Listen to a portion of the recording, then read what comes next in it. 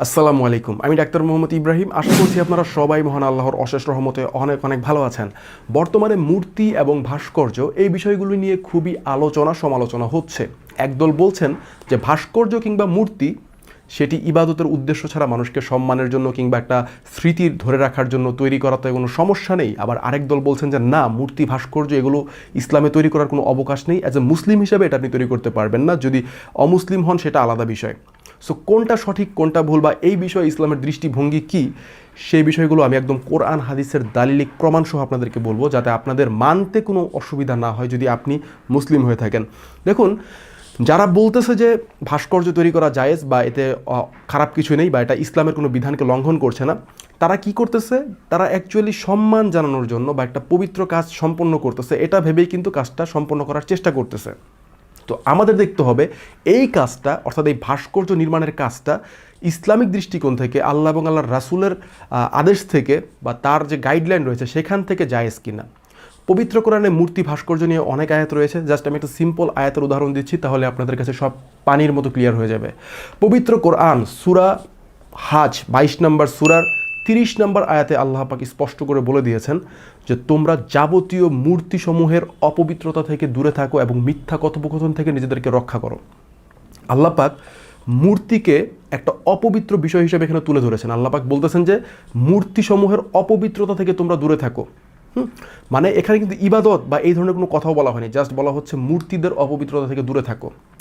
তাহলে একজন রুচিশীল মুসলিম যে নিজেকে একজন ভালো মুসলিম হিসেবে দাবি করে, তার রুচিশীলতার একটি পরিচয় হচ্ছে সে যেন এই মূর্তিকে বর্জন করে। এটা হচ্ছে রুচিশীলতার একটা পরিচয় আল্লাহর কাছে। আমি কোরআন থেকে রেফারেন্স দিচ্ছি। সো কেউ যদি আমার কথা ডিনে করেন, কেউ যদি বলেন যে আমার কথা ঠিক না, তাহলে অবশ্যই সে স্পষ্টভাবে কোরআনকে অস্বীকার করে ফেলবেন, এবং যে ব্যক্তি কোরআনকে অস্বীকার করে সে মুসলিম থাকে না।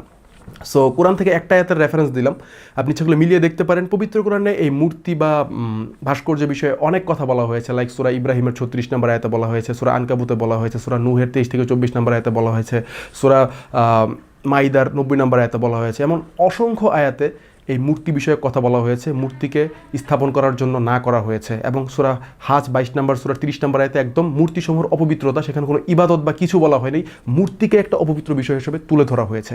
সো আল্লাহ পাক বলেছেন।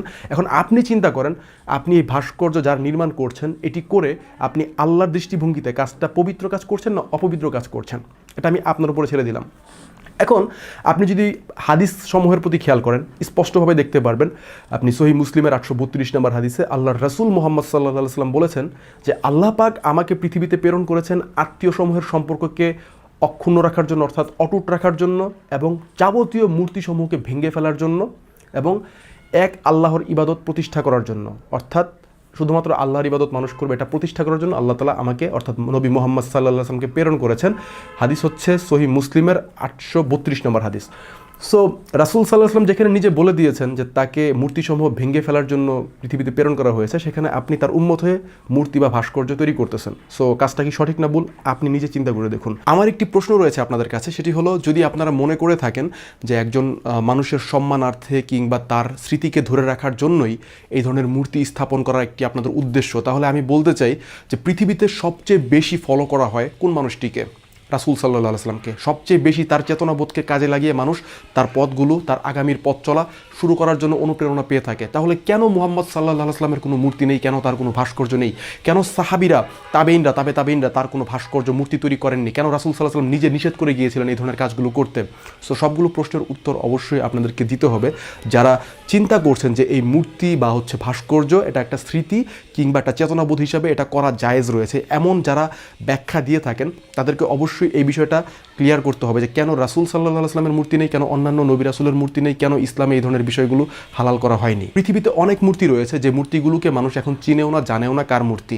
আসলে মানুষের কর্ম তার স্মৃতিকে ধরে রাখবে, তার যে ভিতরে যে স্পৃহা ছিল, তার যে কাজকর্ম ছিল, সেটা মানুষের বৈশিষ্ট্যকে বা তার স্মৃতিকে ধরে রাখার জন্য সবচেয়ে বেশি কার্যকরী। এখানে মূর্তি কিংবা ভাস্কর্য এর গুরুত্ব সেই কাজের তুলনায় কিছুই না। মূর্তি এবং ভাস্কর্য একই জিনিস, এর মধ্যে কোনো ডিফারেন্স নেই। ভাস্কর্যটা হচ্ছে আর একটু আপার লেভেলের, সমস্ত ভাস্কর্যই মূর্তি, কিন্তু সব মূর্তি ভাস্কর্য না, ব্যাপারটা হচ্ছে এমন। আমি আপনাদেরকে আরেকটা ভয়াবহ হাদিস বলতে পারি, সেটা হচ্ছে মুসনাদে আহমদের 657 নম্বর হাদিস। তো এই হাদিসে বলা হচ্ছে রাসূল সাল্লাল্লাহু আলাইহি ওয়াসাল্লাম বলে দিয়েছেন যে একটা জানাজায় তিনি উপস্থিত ছিলেন, তো সেই জানাজায় উপস্থিত থাকার পর তিনি হঠাৎ করে বললেন যে কে আছে যে মদিনায় যতগুলো মূর্তি আছে সেই মূর্তিগুলোকে ভেঙে ফেলতে পারবে এবং সেখানে যত সৌধ আছে অর্থাৎ বিভিন্ন ধরনের মানুষের সৌধ নির্মাণ করা হয়েছে সেগুলোকে ঘুরিয়ে দিতে পারবে এবং সমস্ত চিত্র সেখান থেকে দূর করে দিতে পারবে। তখন আলী রাদিয়াল্লাহু আনহু দাঁড়ালেন এবং বললেন যে আমি পারবো ইয়া রাসূল সাল্লাল্লাহু আলাইহি সাল্লাম। তখন নবীজি মুহাম্মদ সাল্লাল্লাহু আলাইহি সাল্লাম বললেন, আজকের পর থেকে যে আবার পুনরায় এই ধরনের মূর্তি কিংবা এই ধরনের ভাস্কর্য নির্মাণ করতে চাবে সে আমি মুহাম্মদ সাল্লাল্লাহু আলাইহি সাল্লামের উপর আনীত ধর্ম ইসলামকে অস্বীকারী। সো আল্লাহ রাসূল সাল্লাল্লাহু আলাইহি সাল্লাম বলতেছেন যে ব্যক্তি মূর্তি নির্মাণ করতে চায় বা ভাস্কর্য নির্মাণ করতে চায়, আল্লাহ পাক তার রাসূল তার মাধ্যমে মানে আমাদেরকে জানিয়ে দিয়েছেন যে সে হচ্ছে ইসলাম অস্বীকারী। সো আপনি চিন্তা করে দেখুন আপনি কোন দিকে যাবেন। সো বন্ধুরা, আমি আরও বেশ কিছু রেফারেন্স দেবো, তার আগে বলতে চাচ্ছি যে আমার এই যে ভিডিওর টাইটেল এখানে দেখতে পাচ্ছেন যে বীর মুসলিম বীর বাঙালি নামক একটি চ্যানেলকে ট্যাগ করা আছে। এই চ্যানেলটি আপনারা অবশ্যই সাবস্ক্রাইব করে নেবেন। তারা অনেক সুন্দর সুন্দর ইসলামিক ভিডিও তৈরি করার জন্য চেষ্টা করছে এবং তাদেরকে অবশ্যই আপনারা সাপোর্ট দিবেন। জাস্ট ক্লিক করলেই হবে টাইটেলে, ওখানে ক্লিক করলে আপনারা তাদের চ্যানেলে চলে যাবেন এবং সেখান থেকে তাদেরকে সাবস্ক্রাইব করে নেবেন। আরও বেশ কিছু হাদিসের রেফারেন্স দিতে পারি যে হাদিসগুলো থেকে আমরা স্পষ্টভাবেই বুঝতে পারবো এই ধরনের মূর্তি নির্মাণ বা চিত্র অঙ্কন করা ভয়াবহ গুনাহের কাজ। লাইক এস সহিহ বুখারীর আপনি যদি 5950 নম্বর হাদিস পড়েন, এই হাদিসে স্পষ্টভাবে দেখতে পারবেন যে আয়েশা রাদিয়াল্লাহু আনহা থেকে বর্ণিত রাসূল সাল্লাল্লাহু আলাইহি সাল্লাম বলেছেন, কিয়ামতের দিন ওই ব্যক্তিকে সর্বোচ্চ কঠিন শাস্তি দেওয়া হবে যে ব্যক্তি পৃথিবীতে চিত্র অঙ্কন করতো, বিভিন্ন ধরনের ভাস্কর্য নির্মাণ করতো, তাদেরকে সর্বোচ্চ পর্যায়ে শাস্তি দেওয়া হবে। এছাড়া সহিহ বুখারীর 5953 নম্বর হাদিসে বলা হয়েছে আল্লাহ তাআলা বলতেছেন যে ওই ব্যক্তির চেয়ে জালিম আর কে হতে পারে যে আমি আল্লাহর মতো সৃষ্টি আনয়ন করার জন্য চেষ্টা করে। তাদের যদি সামর্থ্য থাকে তাহলে একটি দানা, একটি শস্য, একটি জব তৈরি করে দেখাক। সো এই ধরনের বিষয়গুলো, এত ভয়াবহ বিষয়গুলো পবিত্র কোরআন হাদিসে উল্লেখ করা হয়েছে। এবং আমি যেটা আপনাদেরকে প্রথমেই বললাম যে সূরা হাজের 22 নম্বর সূরা 30 নম্বর আয়াতে ওখানে বলা হচ্ছে রিসা, মানে আরবি ওয়ার্ডটা রিসা ইউজ করা হয়েছে, যার মানে হচ্ছে অপবিত্র, মূর্তিকে অপবিত্র হিসেবে আল্লাহ তাআলা উল্লেখ করেছেন। সো আমি আপনাদেরকে রিকোয়েস্ট করবো যে মুসলিম হিসাবে কখনোই এই বিষয়গুলো ইসলামিক দৃষ্টিকোণ থেকে কোনোভাবেই জায়েজ না, মানে বিন্দু পরিমাণও জায়েজ না। সো বাকিটা আপনাদের ইচ্ছা। অ্যাজ এ মুসলিম আমি আপনাদেরকে জানাতে পারি এবং এক্ষেত্রে অ্যাজ এ মুসলিম হিসাবে আমি কখনোই আপনাদের সাথে একমত পোষণ করব না যে এই মূর্তি বা ভাস্কর্য নির্মাণ ইসলামের কোনো দৃষ্টিকোণ থেকে হালাল না, ইসলামের সমস্ত দৃষ্টিকোণ থেকে এটা নাজায়েজ, হারাম। এবং অনেকে বলে থাকেন যে মা আয়েশা রাদিয়াল্লাহু আনহার ঘরে মূর্তি ছিল যখন তিনি ছোট ছিলেন, সেটা অনেক ছোটোবেলার বয়স। এবং আমাদের বুঝতে হবে রাসূল সাল্লাল্লাহু আলাইহি ওয়াসাল্লাম যখন জীবিত ছিলেন প্রতিটা মুহূর্তে ওহী নাজিল হতো। মুহাম্মদ সাল্লাল্লাহু আলাইহি ওয়াসাল্লাম তার জীবনের শেষ মুহূর্তে, মৃত্যু বরণ করার শেষ মুহূর্তে যেটা আমাদের জন্য রেখে গিয়েছেন সেটাই আমাদের জন্য আদর্শ দালিলিক বিষয়। ইসলামের একটা সময় মদ খাওয়া জায়েজ ছিল, কিন্তু পরবর্তীতে মদ হারাম করা হয়েছে। সো কোনো এক সময় মূর্তি হযরত আয়েশা রাদিয়াল্লাহু আনহার ঘরে ছিল যখন তিনি একদম ছোট্ট বয়সে ছিলেন, বাচ্চা ছিলেন। তো ওই বয়সে ছিল বলে সেটাকে আপনি একটা দলিল বানিয়ে ফেলবেন, সেটা কিন্তু ইসলামে কখনোই গ্রহণযোগ্য নয়।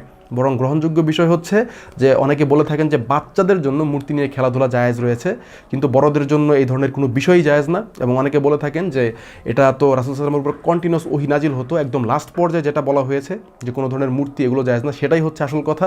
এবং এমনও কথাও বলা আছে যে কোনো ঘরে যদি কোনো ভাস্কর্য চিত্র অঙ্কন করা থাকে সেই ঘরে রহমতের ফেরেশতা প্রবেশ করবে না। সো অনেক ভয়াবহ বিষয় যে আল্লাহর পক্ষ থেকে রহমতের ফেরেশতায় প্রবেশ করবে না।